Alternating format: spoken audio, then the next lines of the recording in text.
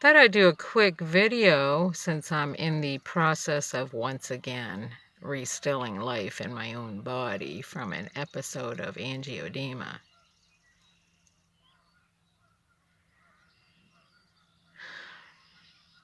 You can probably see the swelling on my right side. My eye was closed shut, and I had to go to get some urgent care to remedy the situation because I was on the brink of death. I've dealt with this my entire life. And so, oddly, my memories started to flow before this episode happened back to 1977 into 1978, where I had this long episode, 6 months I think it was, quarantined in my house, trying to, I couldn't go anywhere. It wasn't contagious. I just couldn't go anywhere because I had to be under constant supervision due to the swelling of my face, my hands, my body, and I was sleeping a lot because I was required to sleep a lot because the doctors didn't want me to get stressed in any way. So they gave me medication. Their thought process was if she's sleeping and not involved in things, she's less likely to get stressed out. But during those times where I was waking up, I would hear shit like this. When Tammy dies, who's gonna get the room? I was sharing a room with my little sister at the time. Do I get my own room when Tammy dies?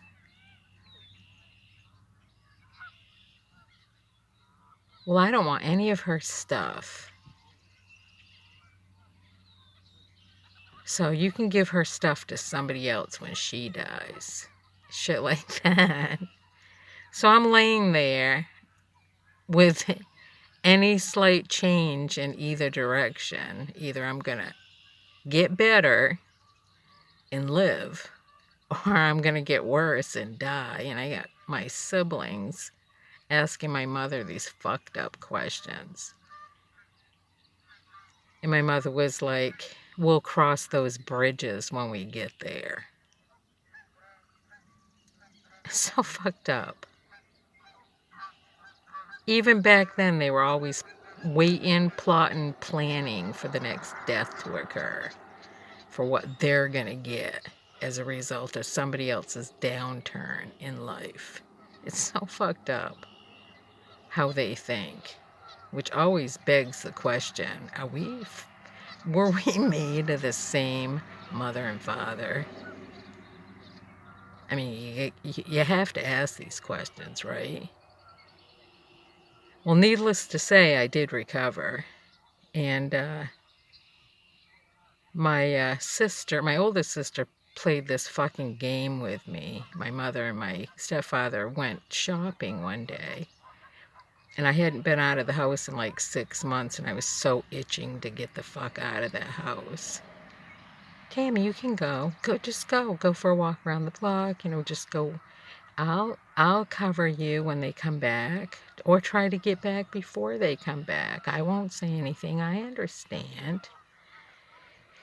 And I did, because I couldn't take it anymore. I couldn't wait for the next doctor's approval so that I could go outside.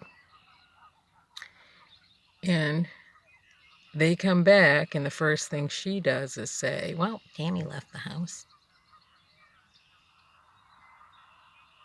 And then I get grounded for 2 weeks because I didn't follow their instructions to stay in the house. And I downed every last fucking pill that was in the fucking cupboard that I was taking all along. Just took them all. And in my mind, I was like, if I'm going to have to sit in this fucking house and listen to these fucking people talk this shit, thinking I'm sleeping when I'm actually listening to their fucking conversations, I just want to fucking sleep the next 2 weeks away. You know, I wasn't thinking food and water in between, but like, I just didn't want to fucking deal with their shit anymore. You know, you're trying to get better and they're plotting your fucking death in advance. I just wanted to get the fuck out of there. And so I, waited for it to play some effect on me. And then I just got out of my bed, got dressed, and I just walked right the fuck out of the house. Well, I got caught right in the driveway. Where the fuck do you think you're going? And I got slammed on the fucking ground. And I said, go ahead, beat me to death. I don't fucking care. And oh, P.S. I just took all those oxycodons and all that codeine and shit that you've had me under for the past 6 months all at once. Go check the bottles. And they did. So they had to take me and get my stomach pumped out, which was not nice. It was not a nice episode. But that's how shit happens in households. You got the pre-planning of the immature, selfish, self-righteous bitches planning the next fucking move where they don't have to work and everything just comes flowing in their direction. And then they don't have common decency to shut their fucking mouth while they're planning the shit out, or, go into another set of rooms, maybe in somebody else's house. So I have this conversation with my father last night, and I'm like, yeah, my doctors told me when I was a kid, this is before I went in the military, you'll be lucky if you make it to age 35 with your hereditary blood disease. And they used my father's grandmother's date of her age when she died, cut it in half, and said, I'll be lucky you'll be lucky if you live until you're 35. Well, I'm 58. So my father says to me when we're having this conversation, he goes, they don't know fucking shit, those doctors. They told me I'd be lucky if I made it until I was 40. I'm 81. They don't know fucking shit. And they don't. When they want to predict, they want to calculate life expectancies, focusing on death, never on life.